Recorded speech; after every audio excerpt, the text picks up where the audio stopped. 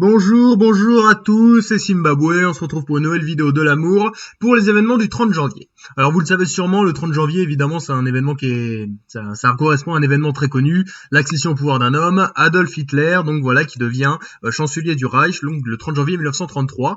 Alors il faut savoir que Hitler évidemment à partir de la crise de 29 donc a commencé à avoir des résultats de plus en plus grands donc aux élections législatives de la République de Weimar.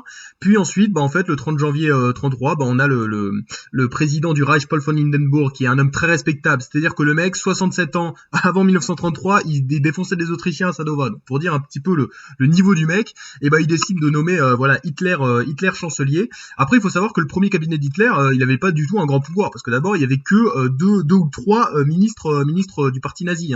La majorité, c'était type du centre, et on avait comme vice-chancelier Franz von Papen, qui avait fait pas mal de concertation avec Hitler pour devenir vice-chancelier, et en fait son but c'était de virer Hitler pendant quelques mois, sauf qu'au final vous le savez ça s'est pas du tout passé comme ça, et en fait Hitler a eu beaucoup plus de succès que prévu par Hindenburg ou par Papen, et il a totalement révolutionné son pays, et il a mis en place ce qu'on appelle la die Gleichschaltung, donc la mise au pas, c'est-à-dire processus pour imposer son pouvoir total sur l'Allemagne, et en fait progressivement pendant 1 an et demi il va devenir de plus en plus puissant jusqu'à devenir donc le Führer du Reich allemand.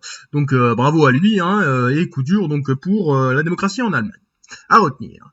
Aujourd'hui, c'est aussi l'anniversaire de la mort d'un homme, la mort de Charles Ier.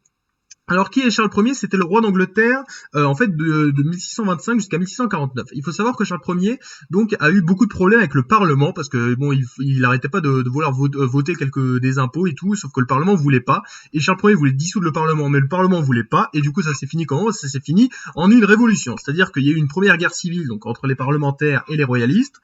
Charles Ier a perdu, puis s'est retrouvé enfermé, puis là, Charles Ier fait une alliance avec les Écossais, c'est-à-dire que il dit aux Écossais, donc vous m'aidez à retrouver mon trône, puis je serai sympa avec vous, contre le peuple anglais, quoi. Sauf qu'il se fait encore battre, et là il est jugé pour haute trahison, c'est-à-dire que ça a très déplu aux parlementaires, et du coup il est tout simplement condamné à mort, et donc son exécution, 30 janvier 1649, voilà, et qu'est-ce qu'il dit? Je dois vous dire que la liberté consiste à avoir un gouvernement, elle ne consiste pas pour le peuple à gouverner lui-même, un sujet et un souverain sont deux choses clairement différentes, et donc il se fait couper la tête.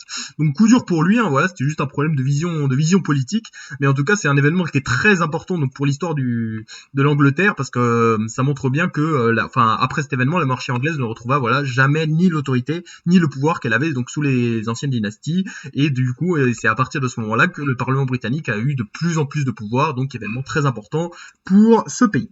Et coup dur pour Charles Ier, qui avait une belle barbe à retenir. Et aujourd'hui, c'est aussi l'anniversaire de la démission d'un homme. Patrice de MacMahon démissionne de son poste de président de la République française en 1879.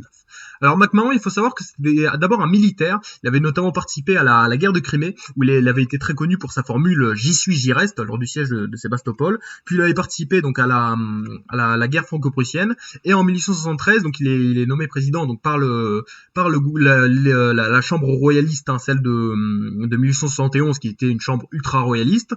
Et qu'est-ce qu'il fait? En fait, le but de MacMahon à la base, c'était de faire en sorte qu'il y ait donc une restauration, donc voilà, un retour de la monarchie. Le problème, c'est qu'il n'a pas du tout réussi, parce que donc les monarchistes étaient divisés entre eux. Ensuite, donc va y avoir de nouvelles élections après celle-là, donc de 1876, et coup dur pour MacMahon, ça va être une énorme défaite. Puis ensuite, donc MacMahon va vouloir de nouvelles élections, va y avoir de grosses tensions entre le président MacMahon qui voulait vraiment être puissant, et le Parlement aussi qui voulait quand même garder son pouvoir. Et en 1877, donc nouvelles élections, les républiques gagnent encore. Puis là, MacMahon qui commence à en avoir marre, et en 79, on a en plus donc une victoire donc des sénatoriales. Puis MacMahon n'a aucun soutien et il décide de partir. Coup dur pour lui, d'ailleurs, je crois même qu'il pleurait. Donc voilà, dommage pour la monarchie en France, mais c'est bien pour la République. À retenir. Donc voilà les trois événements du jour: l'arrivée au pouvoir d'Hitler donc le 30 janvier 1933, la mort du roi Charles Ier en 1649 et la démission de Patrice de MacMahon en 1879. C'était Zimbabwe. Merci d'avoir regardé. Bisous.